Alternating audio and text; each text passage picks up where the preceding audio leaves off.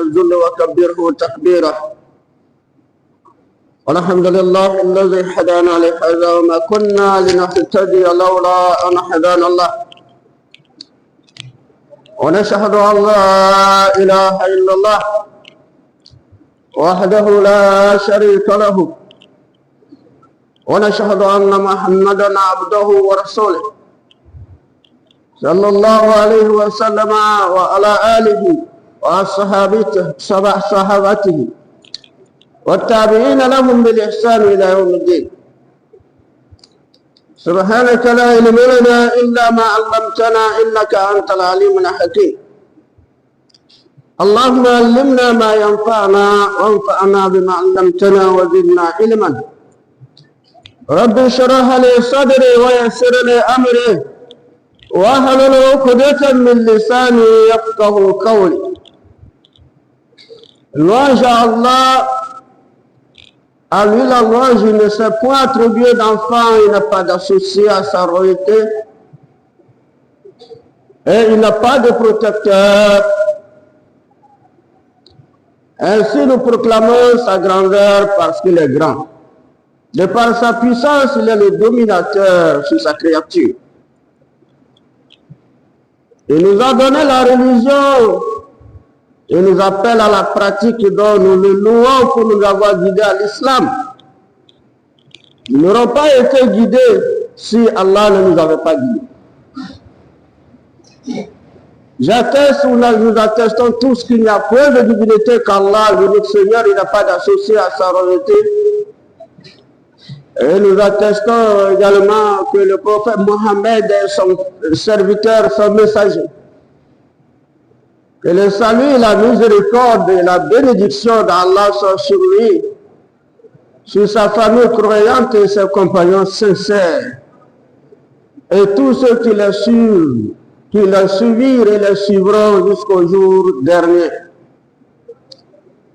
Chers fidèles, nous louons Allah qui nous a montré le jour de l'apparition de Ramadan, du début de Ramadan. Il nous a facilité pour la plupart d'entre nous la santé de jeûner. Et pour ceux qui ont été malades, qu'Allah les récompense comme s'ils avaient jeûné. Et tous ceux qui ont vécu certaines contraintes de faiblesse qui les ont empêchés de jeûner dans ce Ramadan, que ce soit sur le plan volontaire ou par contrainte, qu'Allah guide également ceux des égarés et qu'il pardonne de ceux qui sont contraints de ne pas jeûner dans ce mois de Ramadan. Il y a ceux qui sont morts avant et pendant Ramadan et après Ramadan, qu'Allah leur accorde également la lumière dans leur tombeau. Dans leur tombe, et leur pardonne leurs péchés, efface leurs péchés, leur accorde le paradis. Nous sommes encore vivants, qu'Allah fasse de nous ses adorateurs jusqu'à la fin de notre temps. Il nous accorde une bonne fin. Chers fidèles, je vais parler aujourd'hui de certain nombre de troubles. Des troubles également qui portent atteinte à l'homme.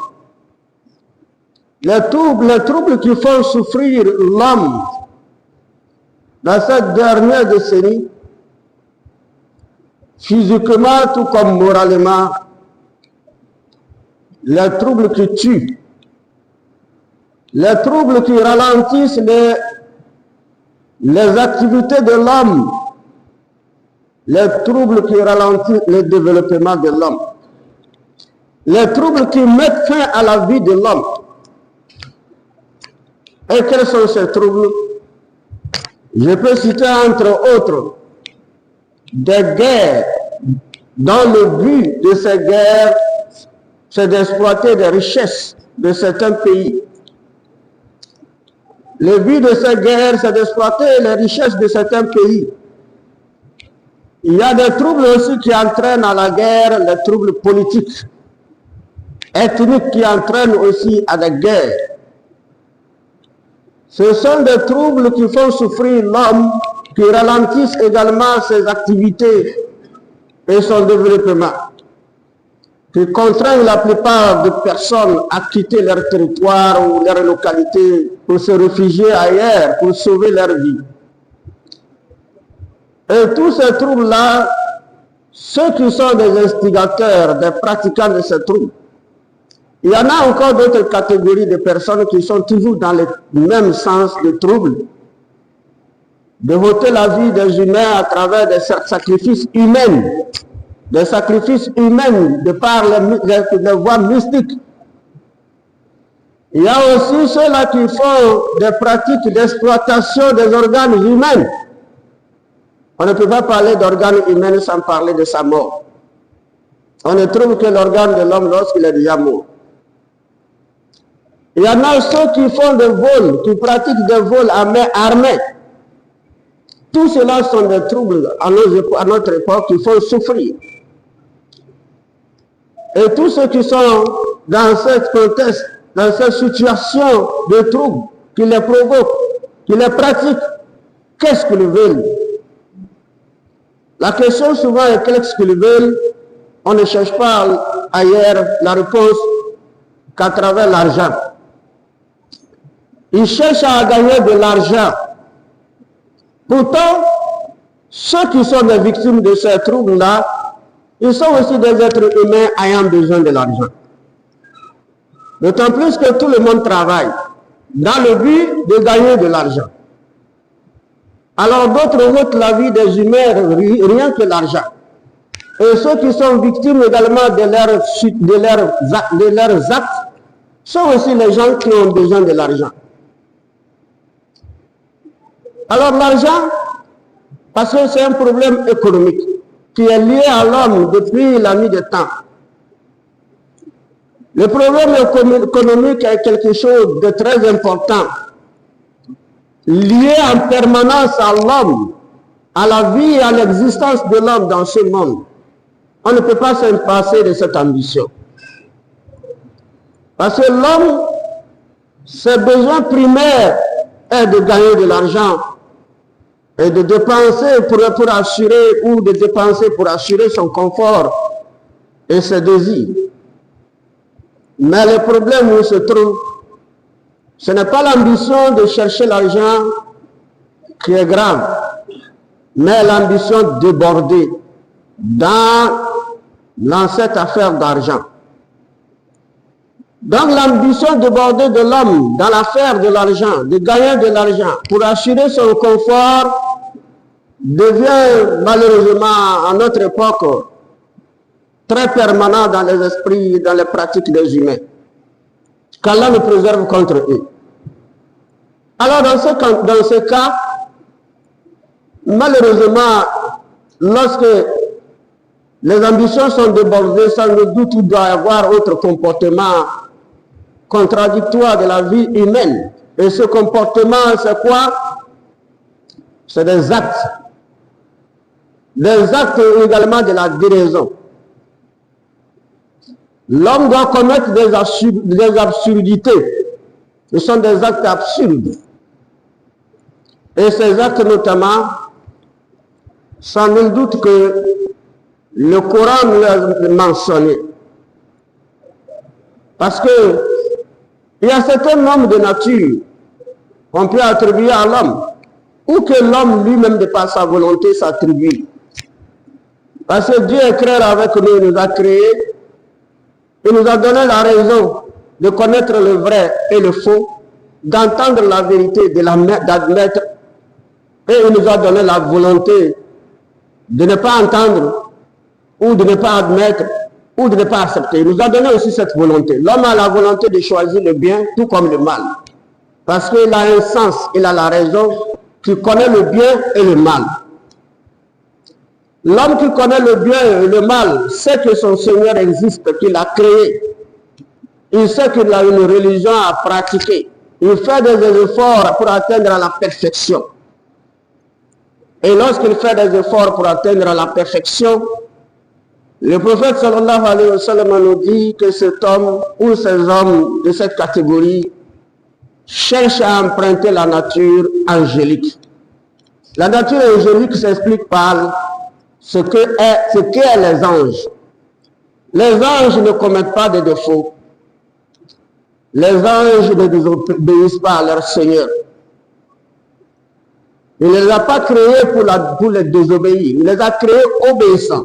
Et leur vie tout entière est l'obéissance. Lorsque l'homme fournit les efforts pour atteindre une perfection de haut niveau, alors le prophète dit, il est en train de chercher à atteindre la nature angélique.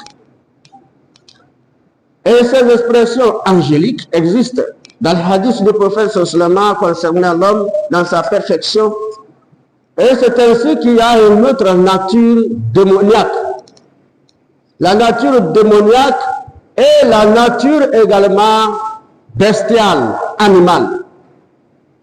Les deux expressions, démoniaque et animale aussi, est bien inscrit dans le Coran où Allah nous informe cette réalité d'attitude bestiale, animale de l'homme et d'attitude diabolique de l'homme.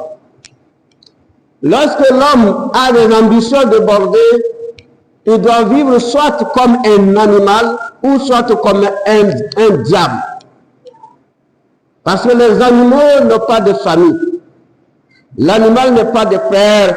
Il ne considère personne entre les animaux comme son père ou sa mère, son frère ou son oncle.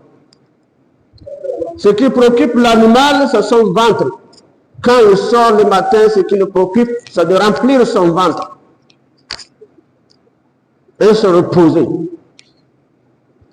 Alors si l'homme est dans ce cadre, il n'a pas de religion, il n'a pas un Dieu à adorer, alors il est considéré comme un animal selon cette expression coranique inscrite dans le Coran, où Allah subhanahu wa ta'ala nous a dit, il pose la question au prophète sallallahu par rapport à son inquiétude, au comportement et à la déviation des humains. Il s'inquiète, le prophète s'inquiétait de la sourdité de certaines personnes qui ne veulent ni comprendre, ni entendre, et ni admettre, qui ne savent même pas ou qui ne considèrent même pas qu'ils ont un créateur. Ils ne considèrent même pas leur situation de leur vie après la mort. Le prophète s'étonnait, il s'inquiétait, son inquiétude, c'est qu'il avait pitié de ces gens. Et c'est pourquoi Allah dit, pourquoi t'étonnes-tu? Am tahsabu anna aktharuhum yasma'una aw ya'qilun inhum illa kal an'am bal hum adallu sabila. Allah dit au prophète sallallahu alayhi wa sallam, pourquoi t'inquiètes-tu? Penses-tu ou bien penses-tu que la plupart de ces gens ils comprennent? Penses-tu qu'ils comprennent ou ils entendent ou ils comprennent? Penses-tu qu'ils entendent ou ils comprennent? Ils n'entendent pas. Tu crois que tu parles là, ils entendent? Ils sont comme des animaux, parce que l'animal, quand l'homme le parle, il t'entend quoi? L'animal ne connaît pas, ne fait pas. Ce qui va faire fuir l'animal, c'est la rigueur de l'homme. La réaction de l'homme qui va le faire reculer. Mais ne fait pas, ne le recule pas. Ils ne sont que des bestiaux. Ils ne sont que des animaux. Ils sont comparables qu'aux animaux. Les gens qui sont comparables comme des animaux, ils sont donnés la volonté d'emprunter la nature animale, de nature bestiale. Veux-tu qu'ils entendent ou qu'ils comprennent et qu'ils reculent ou qu'ils viennent vers vous? Non. Ils sont comparables qu'aux bestiaux. Et Allah dit, hey, Allah les a comparés aux bestiaux, c'est-à-dire les animaux. Et Allah dit non, d'ailleurs même ils sont plus graves encore que les animaux.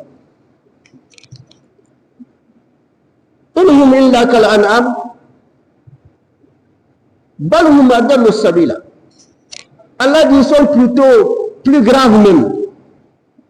Et plus égarés encore du chantier.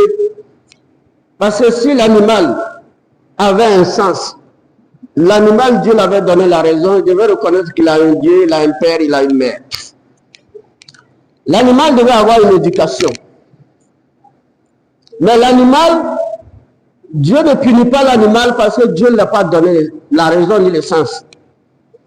Dieu ne l'a pas montré la voie là. Dieu l'a créé comme ça. Et pourquoi il l'a créé? Il l'a créé pour une certaine raison, une certaine cause. Et l'une des causes, c'est pour l'homme. Il a créé l'animal comme ça. Donc l'animal n'est pas une créature qu'on peut parler de pécheur ou de bienfaiteur. L'animal n'est pas de paradis ni de l'enfer. Mais Dieu a créé l'homme, il a donné la raison pour lui montrer que son Seigneur existe, pour lui montrer que le bien et le mal existent. Et il lui donne la religion pour que la religion soit une cause, un moyen qui l'éduque. Qui éduque son comportement, ses actes, qui l'oriente vers la foi que Dieu le Créateur accepte, des pratiques de culte que Dieu le Créateur lui-même il accepte. Il a créé l'homme, il a fait ainsi à l'homme. Mais l'homme délaisse cela de toutes ses potentialités, de toutes ses possibilités, de toutes ses capacités. L'homme repousse cela et il va rentrer dans le cercle animal. Alors si l'homme rentre, les hommes rentrent dans le cercle des animaux, alors quelles seront leurs attitudes face à leurs semblables, vis-à-vis de leur Dieu d'abord et face à leurs semblables? Donc pour eux, la vie de l'homme n'est rien. La vie de l'homme est comme la vie d'une poule qu'il faut ôter sans rendre compte à personne. Comme si c'est sa poule qu'il faut ôter la vie sans rendre compte à personne. Donc, quand il considère l'homme dans ce sens, ne considérera guère qu'il a un Seigneur, qu'il a une rigueur, qu'il a une punition, qu'il y a l'enfer et il y a le paradis, alors la personne devient un être « je m'en fous ». Je m'en fous, il fait ce qu'il veut. Donc, pour également provoquer une guerre qui va tuer les gens juste pour qu'ils gagnent l'argent, il est prêt. Pour sacrifier l'être humain pour gagner de l'argent, il est prêt. Pour voler avec des armes, pour utiliser les armes à main, pour braquer, tuer et voler, il est prêt, juste pour l'argent. Pour provoquer un certain nombre de conflits politiques qui va troubler un pays pour que ce pays ne se développe pas, et juste pour que lui se développe, il est prêt. Tout cela, l'homme est prêt pour faire ça. C'est la raison pour laquelle, dans cette dernière décennie, il y a trop de troubles partout.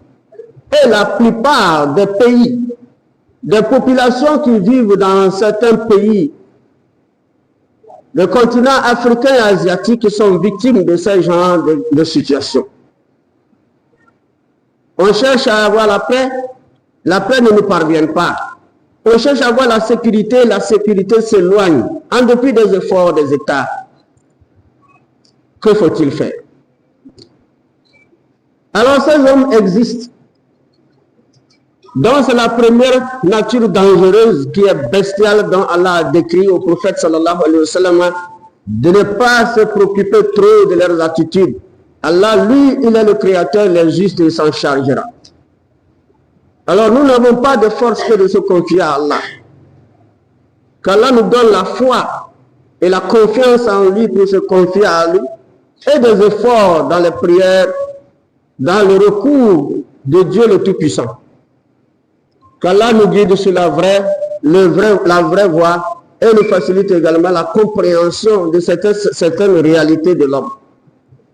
اهدنا الصراط المستقيم صراط الذين أنعمت عليهم غير المغضوب عليهم ولا الضالين آمين. أقول قولي هذا أستغفر الله لي ولكم وسائر المسلمين من كل ذنب واستغفروه إنه هو الغفور الرحيم.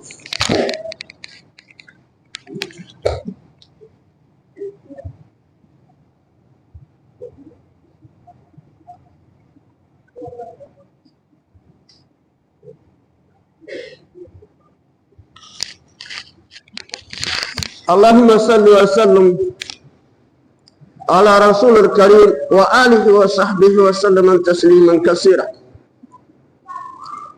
Alors pour atteindre également cette chance comme moyen, comme une solution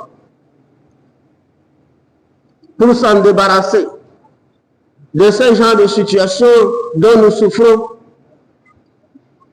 Alors sans nul doute que nous n'avons pas d'autre solution que de faire recours à Allah le Tout-Puissant. Et pour atteindre ce recours, pour qu'Allah aussi nous réponde, il faut que nous passions par la voie que le prophète nous a dit, la perfection comportementale. Il faut que nous soyons sincères dans notre adoration, dans notre relation avec Allah. On est musulman, on est rentré l'islam pour perfectionner nos comportements, nos attitudes, nos relations avec Allah. Il faut que nous soyons sincères. Il faut que nous pratiquions la foi sincère, la foi véritable. Il faut que nous soyons des gens ayant besoin d'Allah.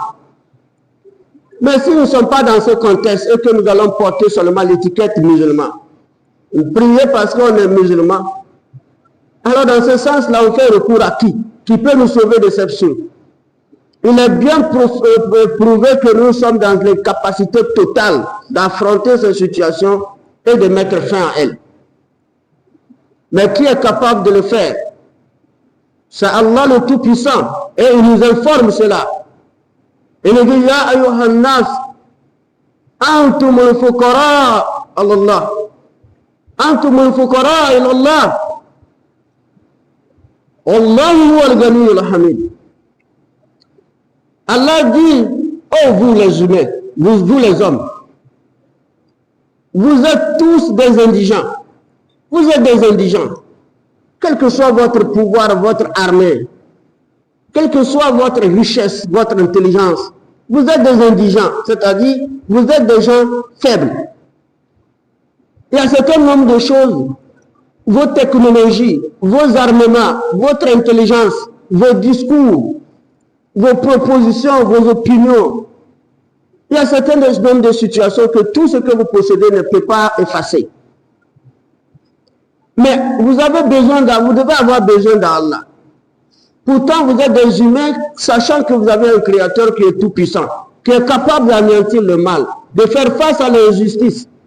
Parce qu'Allah déteste l'injustice et il c'est lui qui est capable de combattre les injustes. Et il nous dit, Udu'uni, fastajib lakum. Appelez-moi, je suis là, la force inébranlable. Moi, je n'ai pas besoin je n'ai pas de protecteur, je n'ai pas d'armement, je n'ai pas de militaire pour me protéger. Parce que moi, je suis puissant. Rien ne peut m'approcher, rien ne peut me toucher. Et par ma puissance, je peux anéantir celui qui prétend être puissant parmi mes créateurs. Je peux l'effacer et permettre aux gens de vivre en paix, en sérénité, en sécurité. Je peux l'effacer et permettre les gens d'échapper également à ces cérémonies, à ces cérémonies de trafic, à ces meurtres de trafic d'organes humains. Je peux l'effacer pour l'empêcher de faire les sacrifices humains pour ses ambitions égoïstes. Et pourquoi vous n'allez pas m'appeler? Appelez-moi, je vous répondrai. Qu'attendez-vous à m'appeler?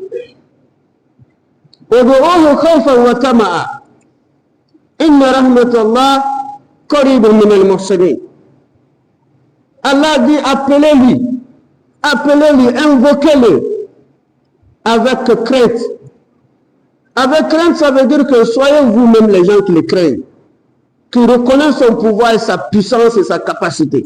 Et avoir de cet espoir que votre repose, de par vos actes de bienfaisance et de votre foi sincère en lui, et de votre recours que vous avez fait à lui, et de l'espoir que lui répond. Il ne rejette pas, à moins que vous ne soyez pas sincère vous-même.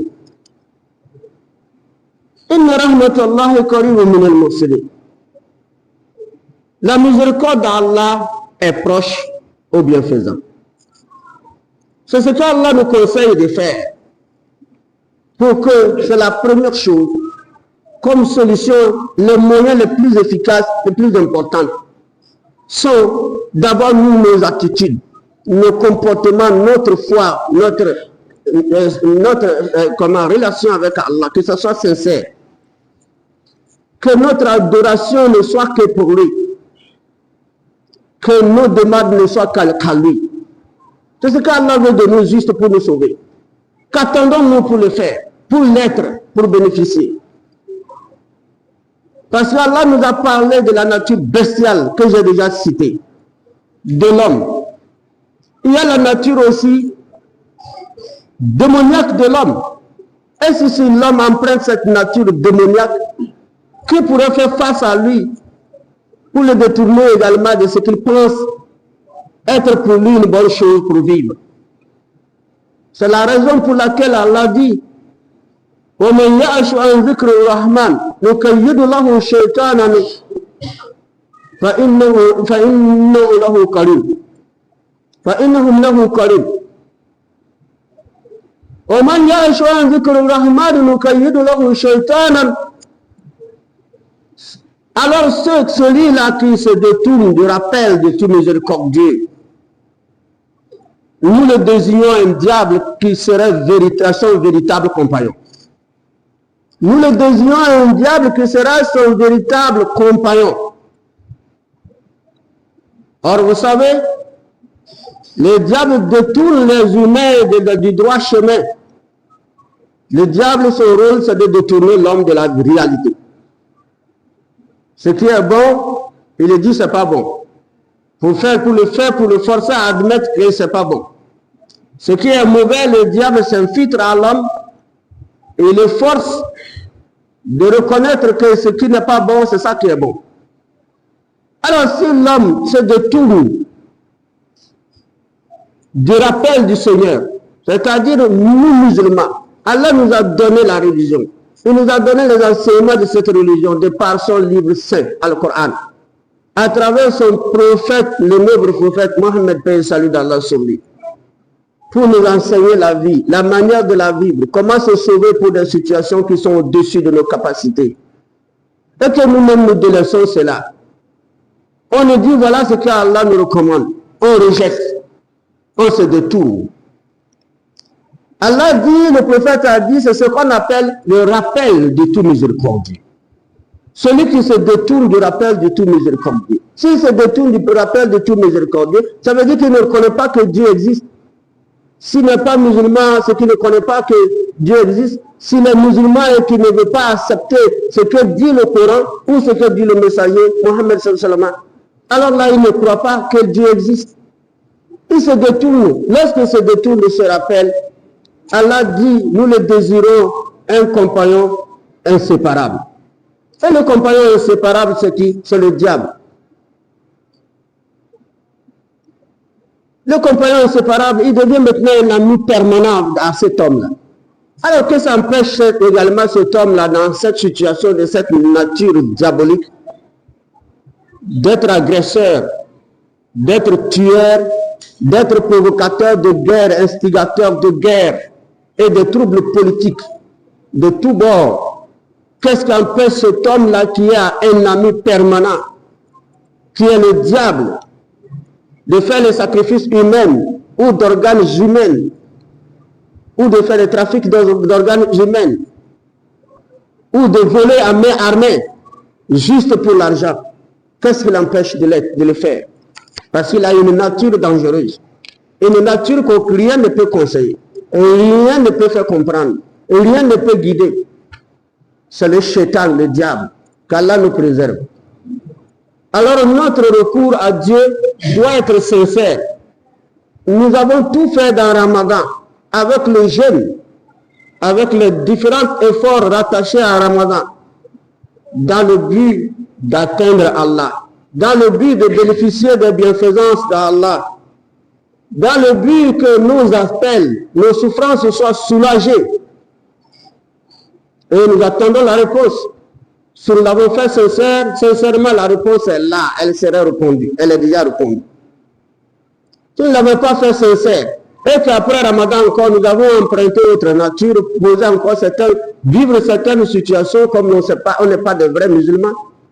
Et là, dans ce moment, quelle serait la solution? Quelle possibilité nous avons pour repousser ces genres de situations, de meurtres, qui font fuir les gens de leur localité, de leur pays pour chercher refuge ailleurs, qui ralentit également les activités des gens, qui font souffrir les gens moralement et physiquement, qui ralentit le développement de l'homme et enfin qui tue l'homme. Allah nous préserve et nous guide sur le droit chemin. Il nous facilite la compréhension. Il fasse que l'islam que nous pratiquons soit un islam que nous avons compris. Et les messages que l'islam nous transmet de par le Coran et les messagers d'Allah soient compris et pratiqués par la majorité des musulmans, afin que les humains dans leur ensemble, même les végétaux, ils sont tous victimes de guerre. Le monde végétal même est victime de guerre.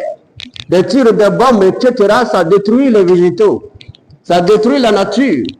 Les animaux aussi sont victimes de guerre. Tous seront bénéficiaires de notre sincérité, de nos invocations et de nos efforts dans l'adoration. Et notre recours à Allah serait une chose bénéfique également pour toutes les créatures qui nous entourent, que ce soit les humains ou les autres créatures. Qu'Allah fasse que nous soyons dans ce cercle-là. Allah nous facilite et nous guide dans cela. On dit d'ici Ramadan prochain que ce pays et les autres pays victimes de cette situation soient totalement éradiqués et oubliés. Allah fasse que tout cela soit éradiqué et oublié. Inch'Allah, de par sa grâce. Parce que le dernier recours, la dernière chose, expression des musulmans, c'est wala hawla wala quwwata illa billah. Il n'y a ni de force ni de puissance que par Allah. Ni des États-Unis, ni l'Amérique, ni la Russie, ni la France, ni l'Allemagne. Tous les pays, soi-disant puissants, ils ne sont pas puissants. La puissance appartient à Allah. La force appartient à Allah. Si Allah dit, ça devient quoi? Soit et la chose doit se réaliser immédiatement pour que nous tous nous bénéficions d'une vie paisible de paix et de sérénité, de sécurité dans nos pays, dans nos environnements ainsi que dans le monde. Inch'Allah, qu'Allah nous facilite, qu'Allah agrée, qu'Allah exauce nos invocations. Rabbana atina fid dunya hasana wa fil akhirati hasanatan wa qina adhaban nar. اللهم اغفر عاقبتنا في الامور كلها واجلنا من خزي الدنيا والعذاب الاخره توفنا مسلما والحقنا بالصالحين سبحان ربك رب العزه عما يصفون والسلام على المرسلين والحمد لله رب العالمين.